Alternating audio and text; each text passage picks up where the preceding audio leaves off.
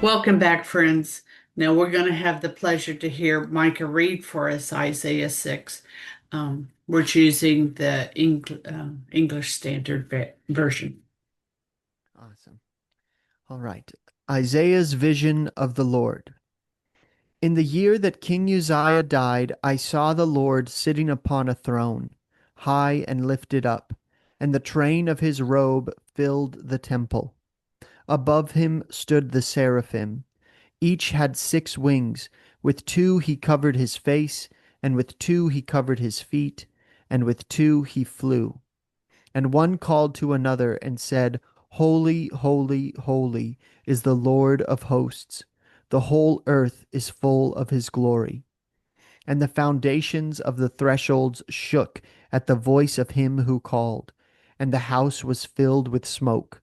And I said, Woe is me, for I am lost, for I am a man of unclean lips, and I dwell in the midst of a people of unclean lips. For my eyes have seen the King, the Lord of hosts. Then one of the seraphim flew to me, having in his hand a burning coal that he had taken with tongs from the altar.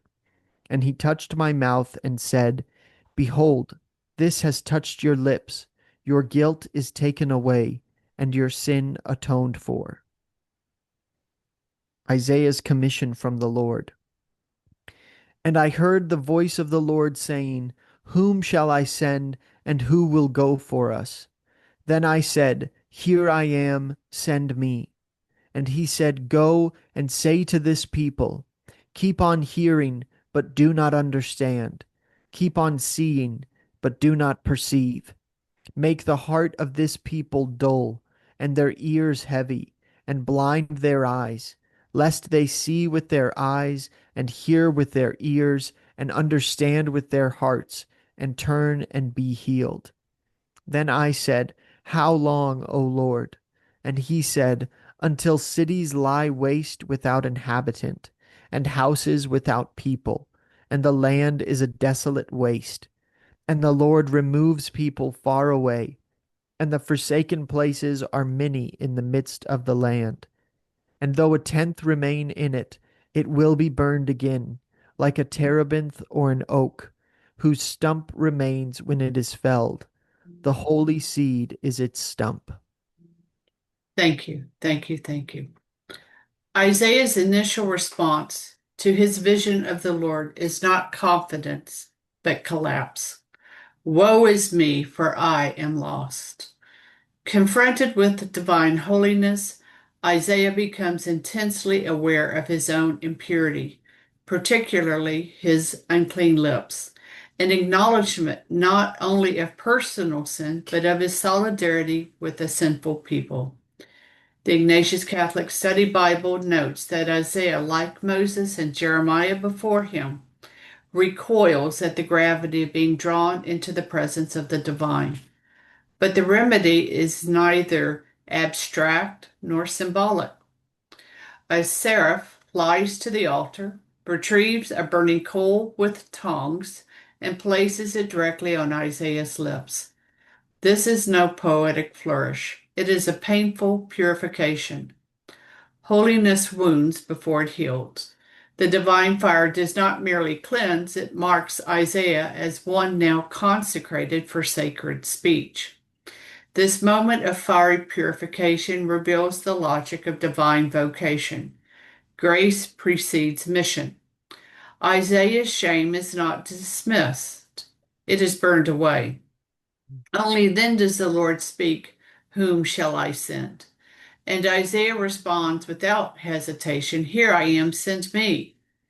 The prophet's readiness is not self confidence, but surrender. Bergsma and Petrie underscore that Isaiah's commission flows not from innate qualification, but from divine initiative and sacramental transformation. He is now a vessel sanctified by suffering and empowered to speak a word not his own.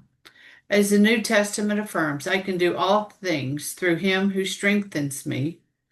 Isaiah's lips, once unclean, are now set apart for the glory of God. The enduring impact of this scene has been noted by both Catholic and Protestant commentators. R.C. Sproul reflects, only after Isaiah was cleansed could he be commissioned. Grace preceded service.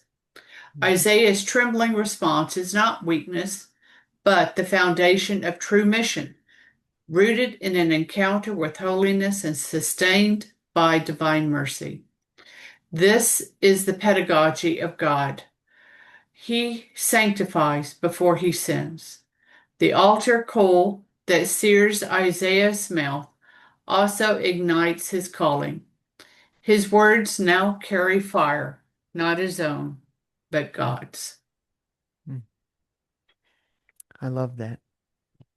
I think it's so it seems so paradoxical to us because I think we so often think, oh, we have to prove ourselves and get as good as we can and bolster ourselves up in a way.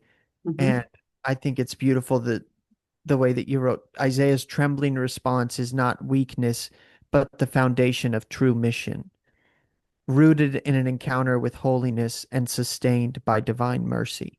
Just remembering that it's actually not about what we do or what we can bring, but actually the learning how to surrender and give ourselves up to God for his will.